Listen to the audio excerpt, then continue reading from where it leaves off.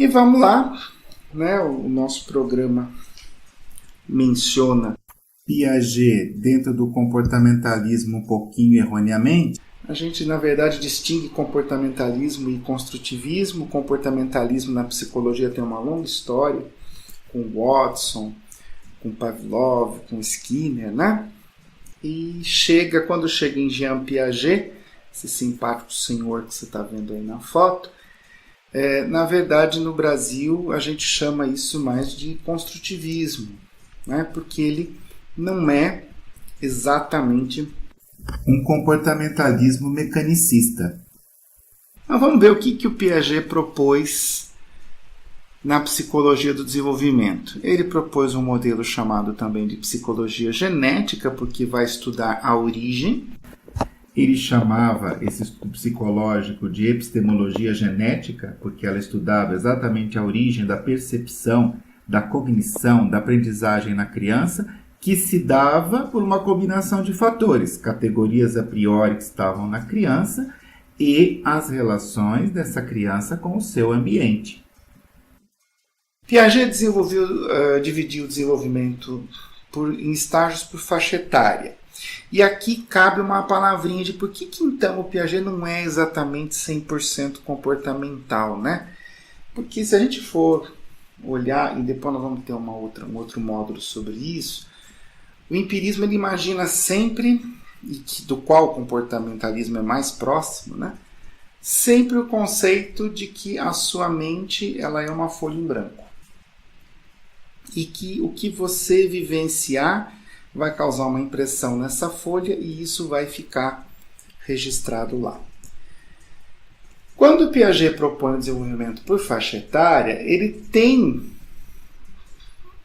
como fundamento a ideia de que há em cada momento uma certa prontidão para a criança aproveitar um certo tipo de experiência. Então, de 0 a 2 anos, as experiências sensório-motoras, de 3 a 6, as experiências intuitivo-simbólicas, de 7 a 12, as experiências de operações concretas e acima dos 12, as de operações formais. Então, essa prontidão, ela está onde? Ela está dentro do organismo da criança. Então, a única coisa que ele está recusando do inatismo é, por exemplo, um inatismo como o de Sócrates e Platão, de que tem uma alma que já está lá pré-existente sabendo de tudo. Não. O organismo vai, em cada faixa etária, se mostrando pronto a poder realizar, compreender, construir certo tipo de experiência. Então, no campo da moral, o Piaget vai colocar uma sincronicidade entre o desenvolvimento moral da criança e o seu desenvolvimento cognitivo. E a gente poderia até dizer, né? Seu desenvolvimento afetivo-cognitivo. O que é característica? Aqui vem um resuminho, então, dos estágios piagetianos. Claro que, como todo resumo, isso aqui, né, sujeito a chuvas e trovoadas. Mas nós estamos falando para ensino médio, então estamos dando só uma informação. Você está fazendo curso de psicologia e caiu aqui nesse vídeo, a gente só tem uma recomendação para você. Vai estudar, né?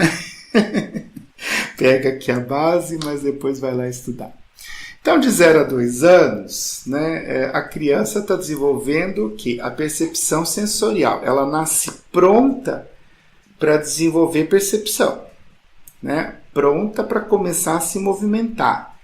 E como que ela se percebe? Ela se percebe como uma unidade com o mundo. Ela nem diferencia, né, o objeto. Ela está imersa, aquelas percepções estão ali emboladas, né, como sendo ela mesma. A partir dos 18 meses, a gente brinca e diz que a criança ultrapassa o peixinho beta. Se você já teve um peixinho beta macho, você já fez aquela brincadeira de colocar um espelho na frente do aquário e ver o peixinho beta brigar com ele mesmo, porque ele não se reconhece no espelho. E a criança, por volta dos 18 meses, consegue ultrapassar o peixinho. E aí vai em frente, né? Vai firme. No campo da moral, de 0 a 2, a criança desconhece norma. Então você dá sermão para a criança de 2 anos, bronca, etc., ela está olhando para sua cara e não está entendendo absolutamente nada. Ela está num estado de anomia. Está vendo que você está bravo, está vendo que você está surpreso, sua cara pode ficar feia, ela pode chorar, né? Mas a compreensão do que seja um estado de normas, um conjunto de normas, passou longe. Em seguida, vem o estágio pré-operatório, também chamado intuitivo simbólico, dos 3 a 6 anos, que é um estágio já bastante interessante, porque agora ela já aprendeu a falar, né, para valer, né, já está entendendo os símbolos, já tem o que é nessa teoria chamado de intuição, ou seja, o conhecimento vinculado àquilo que ela vive. E, portanto, aqui que a gente vai, quando usa Piaget nas teorias de educação, né, ensino, educação infantil, voltar-se sobre o cotidiano da criança, porque a criança, inclusive, ela é autorreferente, ela é egocêntrica. Né? O que eu falo, assim, o segredinho que a gente conta para os alunos do ensino médio é que quando eles chegam na adolescência, eles voltam aqui fazer uma visita a esse egocentrismo do período pré-operatório, uma espécie de despedida, uma última passada, né, no egocentrismo da infância. Do ponto de vista moral, a criança reconhece as regras, mas ela não domina o seu significado e essas regras não determinam a sua ação. Ela nem compete e nem colabora. Né? Isso, sobretudo, ali no comecinho, 3, 4 anos. No finzinho da faixa começa a ter uma mudança. A partir dos 4, ela começa a reconhecer uma certa heteronomia, ou seja, deixa eu pegar essas normas, por quê? Porque eu quero ser aceita, eu quero participar do grupo, eu quero receber atenção, eu quero receber carinho.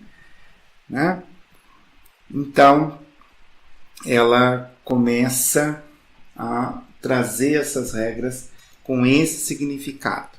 E a partir dos 5, porém, ela olha essas regras como algo absoluto. Né? Então, ela imagina que essas regras são imutáveis, ela tem muita dificuldade de perceber, né, que as regras podem mudar, e também faz uma avaliação moral das situações pela pior consequência. Então, elas avaliam efeitos, não avaliam intenções. Né? Então, aquilo que é pior daquilo que acontece fora. Dos 7 aos 12, estamos no período das operações concretas. O desenvolvimento é sobre habilidades sobre coisas e sobre o esquema corporal complexo, isso é a movimentação, desenvolvimento da lateralidade, que começou, né, no estágio anterior, e agora com coordenação fina e assim por diante, mas ela opera sobre o concreto, ou seja, sobre o contexto vivido da criança. Então, veja que essa é uma fase de culminância da alfabetização, embora muita gente queira, né, alfabetizar antes dos 7, você expor a criança aos símbolos não tem problema nenhum, mas você querer que a criança leia Machado de Assis, né, Nietzsche e entenda, né, vai ser um pouco complicado. Ela vai entender dentro do contexto de vida dela. Né? Por isso que a gente prefere aqui sempre a narrativa na frente da dissertação, né, para essa faixa. Mesmo o pessoal que trabalha com filosofia para criança, nessa faixa, como é a operação concreta, vai trabalhar a narrativa e vai fazer a criança aproximar a narrativa do seu contexto vivido. E todos os professores que atuam no fundamental sabem, é sempre muito mais simples para a criança a aprendizagem quando tem essa proximidade. Do ponto de vista moral, ela quer a participação, ela quer interação social, ela quer reconhecimento, ela está curiosa em participar do mundo. Então, ela se torna hábil nos jogos com regra. É uma fase de heteronomia, ela pode compreender as regras, ela pode introjetar as regras, isso é começar a usar as regras por si mesma, mas também ela pode entender quando a gente muda as regras. Né? Ela muda, ela entende que o consenso pode, nós combinamos uma coisa, mas ela precisa combinar outra, e ela participa disso. Muito boa essa fase. Né?